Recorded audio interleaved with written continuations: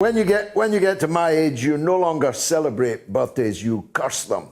But I cursed it with a hat trick in a proper match this very morning.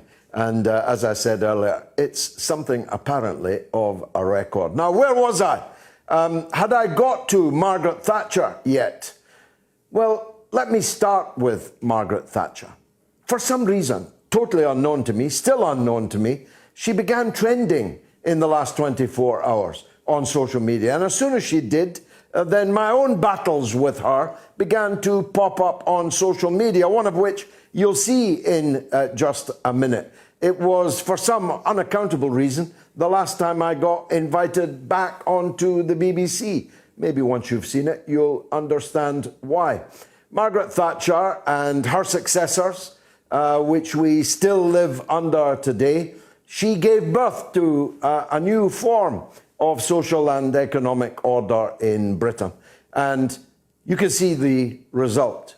And so what I'm about to say about her is not just personal, though it is, of course, personal, but she and John Major and Tony Blair and Gordon Brown and David Cameron and Theresa May and, of course, Boris Johnson are all a seamless garment of Thatcherism. So we've been living under Thatcherism since 1979 and it's 2020. That is a long time for a political era to last. It's an era that excoriates public and worships private. It's an era that thinks that government should be striving for inequality. There's no other way to put it in a week when school pupils were marked down according to their postcode, while at Eton absolutely nobody was marked down at all. There's no longer any pretense, is what I'm saying, that Britain is a class-ridden, class-divided society, and that those that have make hay, and those that have not are in trouble in the periodic sloths that we are now entering into, the worst in the entire world. 20% of our entire GDP has just disappeared in 3 months. The largest fall in our own history and the largest in the entire world. So how's that for a double whammy? Under Boris Johnson, the latest Thatcherite, we have the worst economic crash and the worst coronavirus statistics, not just deaths, but hospitalizations and cases. And that's, of course, a good time to go on holiday, isn't it? At least that's what Boris Johnson concluded, because at this time of trial, and on the 75th anniversary, about which more in a minute, of the end of the Second World War, our Prime Minister is on a beach somewhere. We must hope that he paid for the trip himself, unlike the last one, although we still don't know who actually did pay for it. But Margaret Thatcher started it all. And we got early warning, those of us done certain age, when she stole the third of a pint of milk every day that children got in our schools. One of my first slogans on a march was Margaret Thatcher, milk snatcher. Now, for kids like me, that milk and the free school meals that followed it were crucially important. I would not be the fine figure of a man scoring hat tricks at 66 if it weren't for the cod liver oil and the orange juice and even the malt that they gave me to build me up. I'll need to stop taking that. The era of free milk, the era of cod liver oil and orange juice was destroyed by Margaret Thatcher. Let me just give you one example. I was the Labour Party boss in the city of Dundee when Margaret Thatcher decreed that council houses must be sold to the sitting tenants for a pittance at a massive discount, and we said no. We refused to do it. Our council, our party refused to do it. We had the bad luck of having an SNP MP in half of the city. Gordon Wilson was his name. He led the Thatcherite attack on us for refusing to sell council houses. Those of you watching, listening in Scotland, wise up on these matters. It was the SNP that were Thatcher's mouthpiece in Dundee on the subject of the sale of council houses. Now, is there anybody left in this country who does not now agree that selling off hundreds and hundreds and hundreds of thousands of council houses, building no new ones, has been a disaster for the housing market in this country? Not many, I think. It's a bit like the Iraq War. You cannot find anybody now that will say it was a good thing. Although I felt quite lonely when I was one of the very few people saying that it wouldn't be. Margaret Thatcher tore the social fabric of this country to shreds. She closed whole industries that once made us the workshop of the world. She reversed the Industrial Revolution in Britain. She destroyed more manufacturing capacity in Britain than the Luftwaffe had managed to do throughout the entire course of the Blitz. 30% of our manufacturing capacity was destroyed by Thatcherism. Whole communities were utterly decimated, destroyed, reduced to a slag heap, a social slag heap of unemployment, drug addiction, crime, where once they had been bustling, beating hearts of the indigenous community of Britain. Places like Barnsley, places like Sheffield, places across what became known as the Red Wall, places in West Central Scotland that were once factories employing tens of thousands of people that, if they were lucky, were now turned into a shopping mall, if unlucky, simply levelled with grass put down and called a country park. If I sound like I hate Margaret Thatcher, I do, but I hate her heirs and successors even more. Because at least Mrs. Thatcher was honest.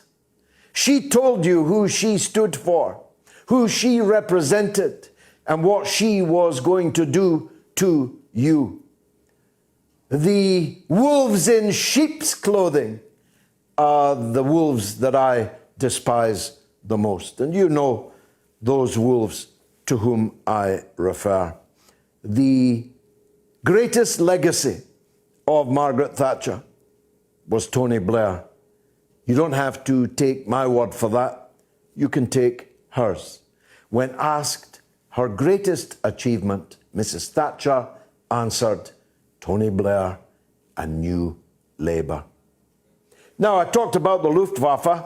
That was all over 75 years ago this weekend.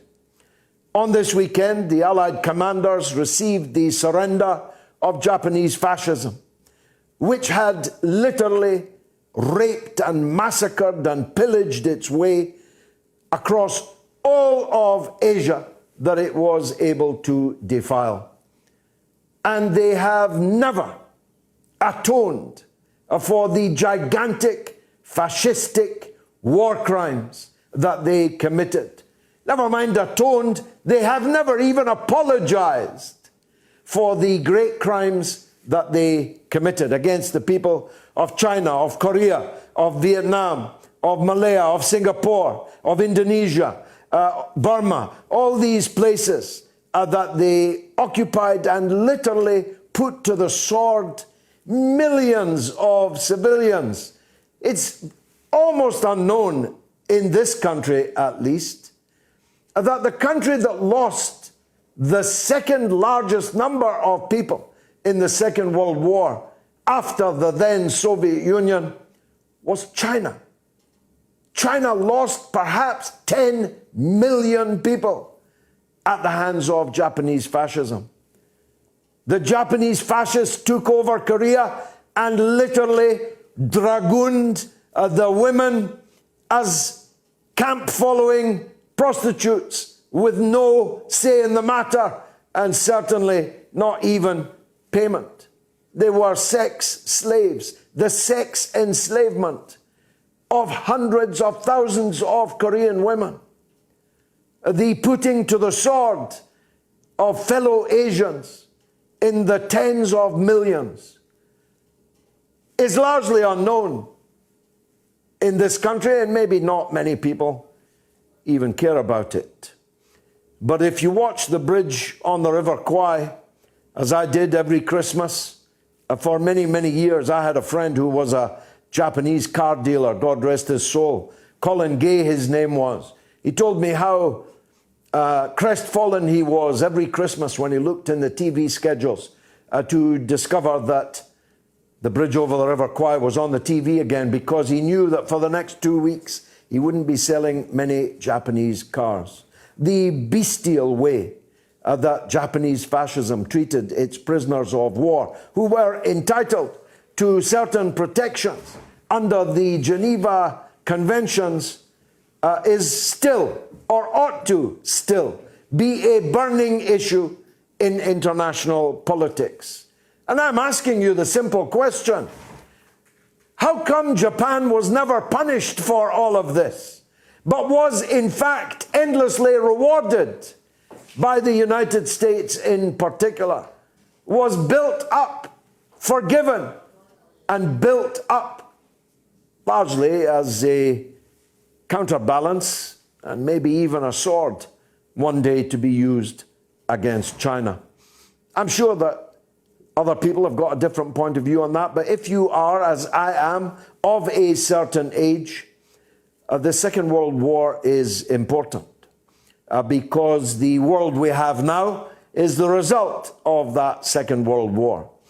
The life in which I grew up under the shadow of the Second World War, and it's widely known, or ought to be, that our country wrote its name in the stars, particularly in the early part of the war when we stood entirely alone, with Hitler at the Channel ports, with the SNP leaders collaborating with the Hitlerites at the Channel ports. I'm not going to let you forget these things. Don't worry about it. When we stood alone and only the Royal Air Force and the Royal Navy were the difference between us as a free people and us as a subjugated, crushed, occupied, Nazified country. These are important things to me. They ought to be important things to you. It's a pity that they are not more widely discussed. We'll be talking, of course, about the Russian vaccine. Sputnik 5 has illuminated the landscape with all the brightness that the original Sputnik did when it went into orbit, beating everyone on the planet and becoming the first craft to leave the Earth's atmosphere and to orbit the Earth. It was in 1957, so I was only 3. I didn't have the reading skills then that I have now. But I have always known that the attitude of the West to this great Russian technological achievement was marked by jealousy and churlishness and hate. And guess what? So has the reaction to Sputnik 5, the new vaccine that the Russians have produced against the coronavirus. It's so safe, the president of Russia gave it to his daughter. It's so safe, it's already on the market. It's registered. And all the gnashing of teeth and wailing and rending of garments amongst the Western pharmaceutical giants, the Western countries that thought they had it in the bag, and what a cash bag it would have been. They'd have been selling it now, this weekend, up the market for plenty if they had won the race to develop the vaccine. We've got a poll running. Will you take the Russian COVID vaccine? A, yes. B, no, C, wait for the UK one?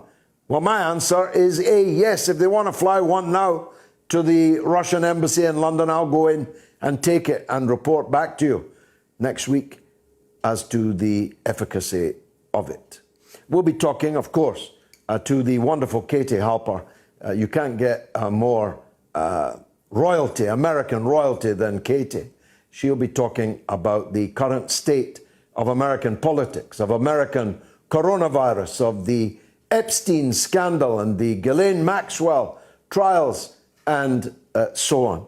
We'll be talking also about the disaster that the coronavirus plus the pitiful governance that we have in London and in Edinburgh, which has devastated our children's schooling. You got marked down, plenty, if you came from a council house like me. You didn't get marked down at all if you were at Eton. I think that probably says it all.